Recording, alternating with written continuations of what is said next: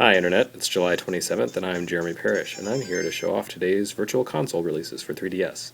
Today was, I believe, the final day of Nintendo's Summer of 8-Bit, which was a short marketing gimmick where they finally made good on this whole Virtual Console thing on 3DS by releasing two 8-Bit classics per week for an entire month.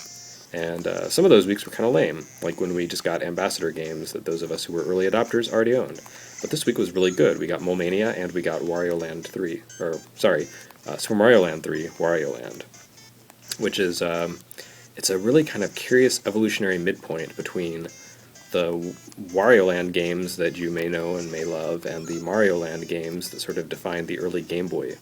And you know, the Mario Land games were not made by the standard Mario team. They weren't made by Nintendo EAD and Shigeru Miyamoto's people.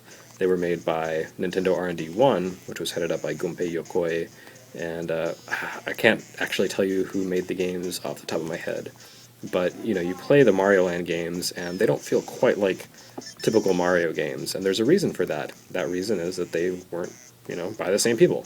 So, wow, new power, fire. The Mario Land games were a little strange, a little different, and clearly I need to learn how to play them properly. But I think eventually Nintendo looked at those Mario Land games and said, these aren't really kind of in keeping with the Mario series as we know it. And so they spun out the villain of Mario Land 2, Wario, into his own game. And this is actually the first time I've ever really spent any amount of actual effort with Wario Land, the original. Somehow I passed over it, even though I love Wario Land 2 and 3 and 4. So this is kind of a new experience for me, and I imagine that this game is actually going to be a new experience for a lot of people. I'm hoping, you know, more people will pick it up, not only because it's a pretty cool game, kind of a curious, like I said, evolutionary midpoint, but also because I really like the sequels, and I hope that Nintendo will publish those on Virtual Console as well. But as you can see, this isn't, like I said, the typical Wario game where Wario is invincible and where the mechanics are kind of that distinct weird style. It's a little bit more like a Mario game in that Wario shrinks when he takes damage, and whoa, fire again. Wario takes damage when he shrinks when he takes damage, and he takes damage at all. There's no none of that weird metamorphosis, status effects, none of those things that you sort of associate with Wario. Those weren't in place yet, and so instead, Wario plays a little bit more like Mario Land 2, the 6 golden coins, where he was the villain in the previous game, and yeah, it's kind of it's a little strange.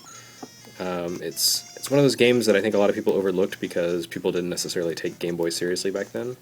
But this game, you know, it gave rise to a lot of really interesting sequels and follow-ups, and I think it definitely deserves, you know, people's attention, if nothing else than as a museum piece, like this sort of evolutionary hybrid. And I keep going back to that term. So clearly, that's the point I'm making here. Anyway, so check it out. It's on Virtual Console today. It's interesting and different and cool, and sort of a new twist on familiar things. And should keep you playing and interested to scratch your Mario-style platformer fix until Mario Land, New Super Mario Bros. 2 comes out. Yes. Anyway, that's it for me. I'm stumbling my way through this, and it's kind of terrible. So I will just let you guys go check it out. It's, what, $4 on Virtual Console?